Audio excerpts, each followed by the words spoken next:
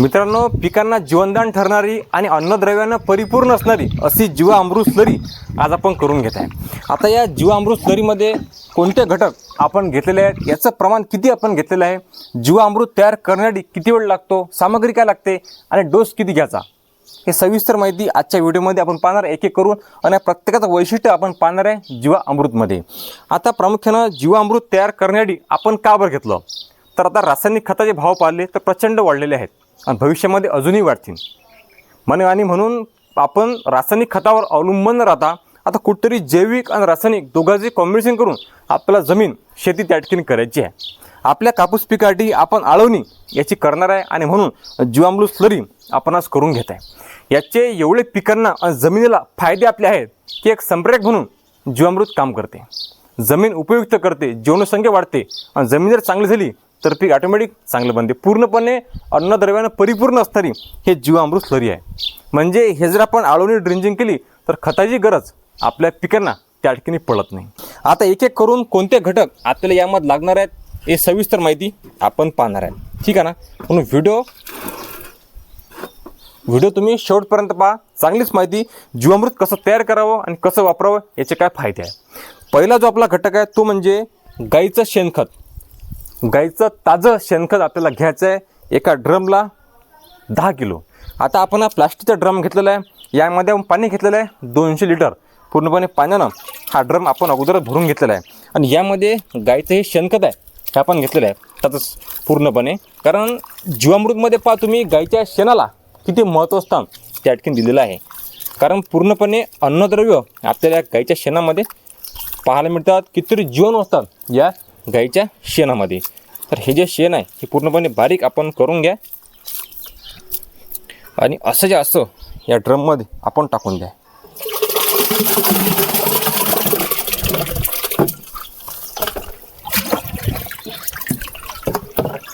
हा आपला एक घटक झालेला आहे. जर तुम्ही जीवामृत ड्रीपनं सोडत असाल तर हे जे शेण आहे हे एका फडक्यामध्ये बांधून त्यामध्ये टाकून द्यायचं आहे. किंवा नंतर जर आपण असं टाकून दिलं फक्त नंतर आपल्याला गाळून घ्यावं लागेल, कारण यामध्ये थोडं कचरं आपल्याला पाहायला मिळते. आपणही ड्रिंचिंग करताना हे पूर्णपणे गाळून घेऊ आणि नंतरच आपल्या वावरामध्ये ड्रिंचिंग करू. जो दुसरा आपला महत्त्वाचा घटक आहे तो म्हणजे गाईचं गोमूत्र. गोमूत्र आपल्याला घ्यायचं आहे 5 लिटर. पूर्णपणे प्युअर गोमूत्र त्या ठिकाणी आपण आणलेलं आहे.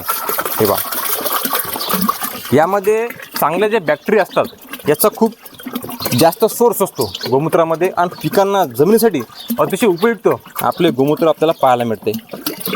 आणि म्हणून या जीवामृतमध्ये खास करून गाईला फार महत्त्व दिलेलं आहे. म्हणजे गाईचं शेण आपल्याला घ्यायचं आहे आणि गाईचंच गोमूत्र आपल्याला घ्यायचं आहे. बेसन आपण घरचेच आपलं हरभराची डाळ आपण बारीक केलेली आहे. आता बेसन कासाठी, तर बेसन हे उत्तम प्रकारे एक प्रोटीन सोर्स आहे आणि आपल्या जीवामृतमध्ये प्रोटीनची गरज आपल्याला लागते, पिकांना लागते. आणि म्हणून प्रोटीन सोर्स त्याला म्हणतो आपण, ताकद देण्याचं काम जे आहे बेसन त्या ठिकाणी करते. खूप चांगले प्रोटीन्स यामध्ये पाहायला मिळतात. आणि असे पूर्ण ड्रममध्ये टाकून द्या. हे पहा, जो आपला चौथा घटक आहे तो म्हणजे वडाच्या झाडाखालची माती आपण घेतलेली आहे अर्धा किलो. कारण की वडाच्या झाडाखालच्या मातीमध्ये अतिशय गुणधर्म आपल्याला पाहायला मिळतात आणि शक्यतो तिथं कुठली रासायनिक फवारणी केली नसावी याची काळजी घ्या. आणि जो आपला सगळी शेवटचा घटक आहे, सगळी शेवटचा आणि महत्त्वाचा घटक आहे तो म्हणजे गूळ. काळा गूळ आपण घेतलेला आहे 2 किलो. आता या गुळाचे काय फायदे आपल्या याच्यामध्ये आहेत, तर हे जे बॅक्टेरिया आहेत यामध्ये जीवाणू तयार होतील त्यांचं खाद्य आहे बेसन आणि गूळ. गुळांना काय होते की जे की जीवाणू तयार होतील ती संख्या वाढीन, ते मल्टिप्लाय होतील, त्यांना खाद्य भेटेल. आणि गूळसुद्धा एक प्रोटीन सोर्स म्हणून खूप चांगल्या प्रकारे काम करते. संपूर्ण मिश्रण आपण केलेलं आहे. आता खरी प्रक्रिया याच्यानंतर आहे. ही सामग्री झाली, आता ही प्रक्रिया होणार आहे. आता हे जे आहे हे आपल्याला झाकून ठेवायची आहे 5 ते 7 दिवसपर्यंत. सध्या वातावरण जे आहे हे थंड आहे. उन्हाळ्यामध्ये लवकर होते, हिवाळ्यामध्ये सुद्धा याला वेळ लागतो. म्हणून 5 ते 7 दिवस आपण झाकून ठेवा आणि रोज सकाळ आणि संध्याकाळ आपली जी काठी असते या काठीनं पूर्णपणे ढवळून घ्या. म्हणजे जे जीवाणू असतील ते सक्रिय राहतील, यामुळे जर काही गारा किंवा कोणत काही झालं असेल तर ते पूर्णपणे एकजीव जे ते होऊन जातील आणि अशा प्रकारे आपली जीवामृत स्लरी जे आहे हे तयार होणार आहे. आता हे पूर्णपणे आपण झाकून घेणार आहे आणि रोज सकाळ संध्याकाळ याला आपण काठी सहाय्याने फिरून घेणार आहे.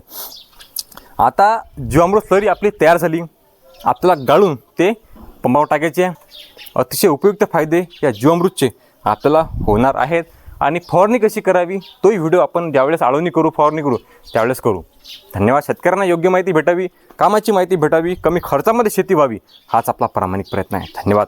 या व्हिडिओमध्ये आपण थांबणार येतच परत भेटू नवीन व्हिडिओमध्ये नवीन माहिती घेऊन. तोपर्यंत जय जवान जय किसान.